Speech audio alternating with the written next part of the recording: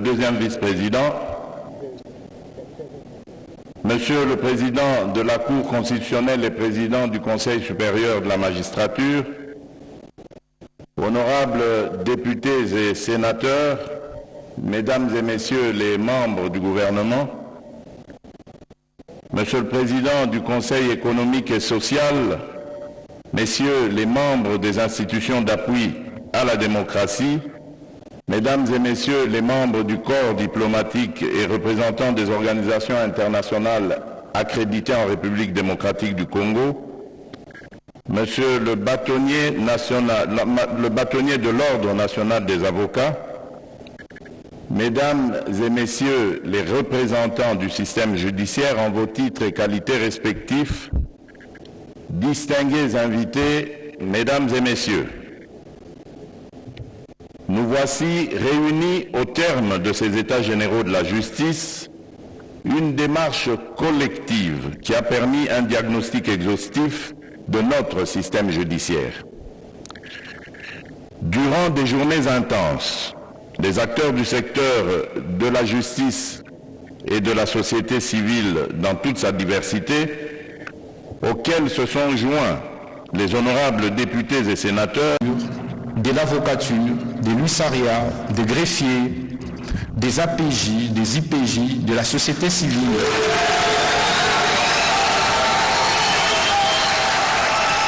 des étudiants,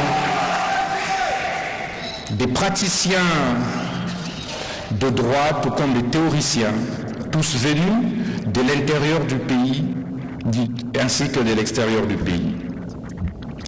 Excellences, Monsieur le Président de la République, concernant le déroulement de ces assises, en fait, elles se sont déroulées en deux phases majeures. La première phase a consisté à des travaux en plénière, où l'on a vu défiler d'éminents orateurs, professeurs d'université, hauts magistrats, éminents avocats, les représentants des huissiers, les représentants de la société civile.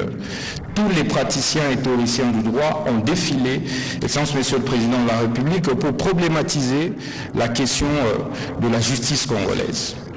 Et ici est donc l'occasion pour moi de pouvoir les remercier de tout cœur. C'est une première que d'avoir mobilisé autant de scientifiques, autant de praticiens autour de la problématique de notre justice. Je tenais du fond du cœur à vous en remercier et ils étaient au nombre de 70. Concernant le diagnostic, Excellence Monsieur le Président de la République, et avant de pouvoir le brosser, je voudrais vous rassurer que les travaux en atelier ont été suffisamment travaillés, suffisamment outillés et ont débouché sur des recommandations fortes qui confortent en réalité la question. Je vais là à peine de le parler, de dire que je demande au chef de l'État que ce qu'il a dit ne reste pas dans les tiroirs. Nous devons palper, et c'est là dans un bref délai. Moi, je suis prêt que le président de la République prenne les mesures de demain, parce que c'est ce qui va donner le tonus. Même ce sont là même les mesures courageuses, audacieuses, comme ils sont en train, comme c'est le moment du ministre, même du président, il en a répété. Je ne vois pas ce qui va encore affermir le président de la République à ne pas prendre les mesures courageuses, tant entendu, et c'est le jour. J'espère qu'il a bien prononcé cela. Nous attendons et nous regardons. À moi, peut-être qu'on ait tous mal entendu. Moi, j'ai suivi le ministre plaider plutôt sur l'augmentation du pourcentage parce que le ministère de la Justice doit avoir 2% dans le budget.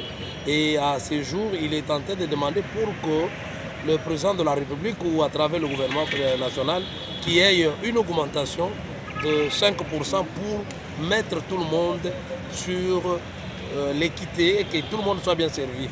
Je crois que c'est ce que j'ai suivi et qu'il faille, parce que pour qu'on parle d'une bonne justice, normalement il faut que tous ces gens, tous ces auxiliaires de la justice doivent être pris en compte et doivent être mieux payés pour qu'il n'y ait pas de problème. Vous savez, je suis aussi dans le domaine, les greffiers, les huissiers, ce sont les voies d'entrée de la corruption.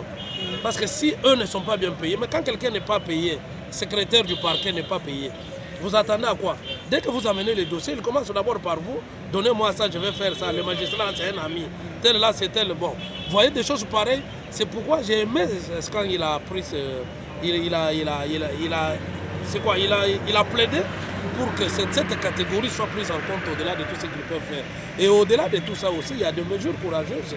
Quand il dit qu'il faut mettre en retraite précoce ceux de magistrats véreux et même des secrétaires qui sont beaucoup plus plongés dans la corruption. Et à moi, j'ai dit, il faut attaquer la souche. Ce sont les greffiers, ce sont des huissiers, ce sont des APJ, ce sont eux qui amènent la corruption auprès des magistrats. Honorable Augustin, pour citer, comment trouvez-vous cette magistrature pendant que la justice elle-même existe?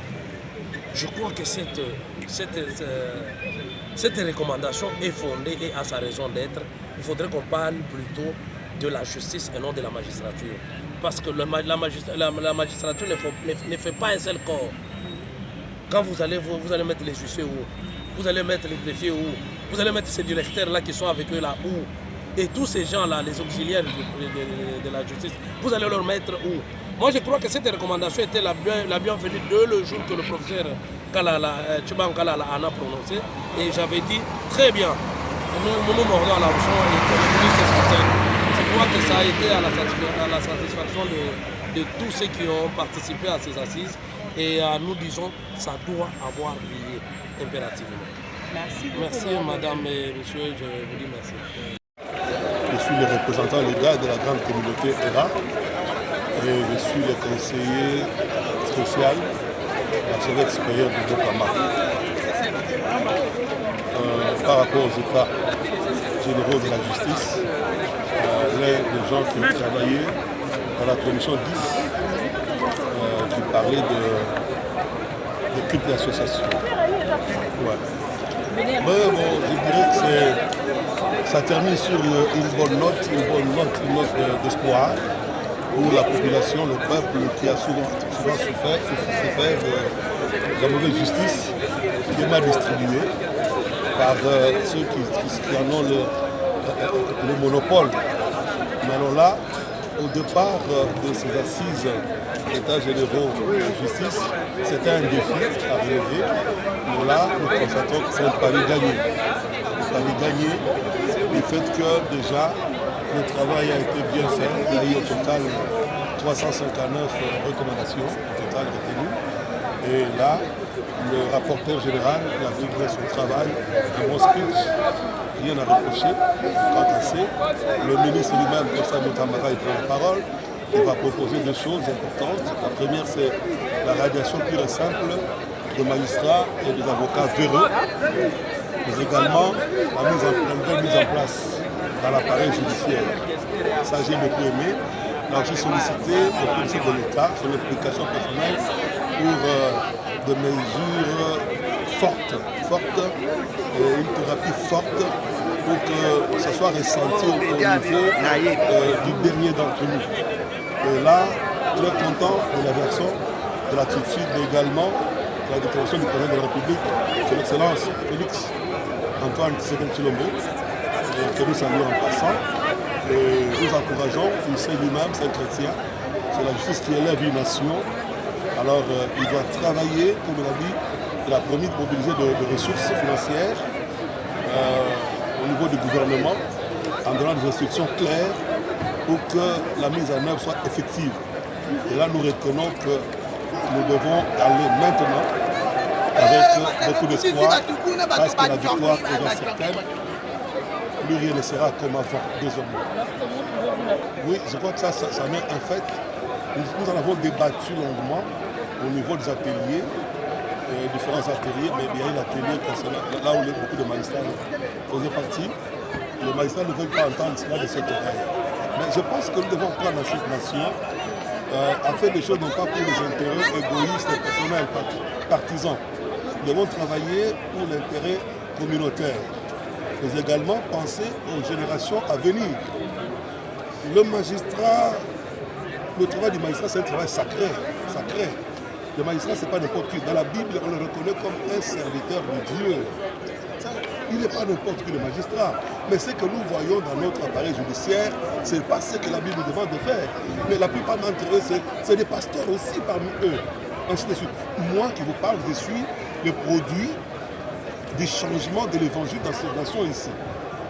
Personne n'aurait cru que je serais un jour un pasteur, homme d'église. Mais l'évangile m'a transformé.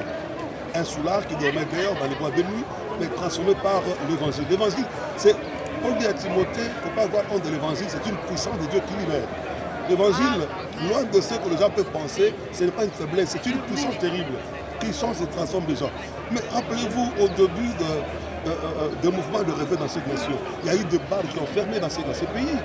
Il y a eu des débits de boissons qui ont fermé, les hôtels fermés, parce que les gens ne les fréquentaient plus à cause de l'évangile. Mais c'est parce que les politiques s'étaient mêlés. Comme maintenant nous déplorons les politiques qui se mettent dans la justice, avec des injonctions. Donc, lorsque les politiques s'étaient mêlés, c'est comme ça que les gens ont perdu le goût et le sens du sacrifice, des prières, des jeûnes. C'est comme ça que vous voyez un peu les choses sont en train de gringoler. Mais nous disons, pour nous, en ce qui nous concerne, que ces changements-là, nous les soutenons. Nous les soutenons, que ça change véritablement un conseil supérieur de la justice. Nous soutenons totalement. Ça va. J'étais président de la commission justice fondée sur la dignité humaine. On a parlé des droits pénals, on a parlé de la procédure pénale, de la détention cognitive et toutes les autres questions liées à la bonne administration de la justice. Je dis déjà merci à ces rapporteurs qui a repris toutes les questions qui étaient soulevées, toutes les résolutions et recommandations prises dans le cadre des États généraux. C'est déjà un travail très bien fait. Et aussi la volonté exprimée par son Excellence M. le Président de la République, chef de l'État, magistrat suprême, de soutenir et de donner des orientations au niveau du gouvernement afin de soutenir le secteur de la justice. C'est ce qui nous est plus important parce que tout ce qui a été dit, c'est très bien dit, mais si les moyens ne suivent pas, ça ne sera que des paroles.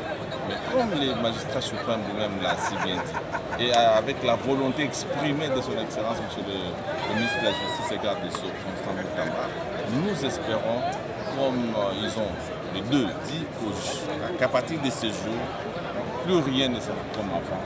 Et nous pouvons dire à notre peuple que le changement là, c'est maintenant et que ce changement a commencé.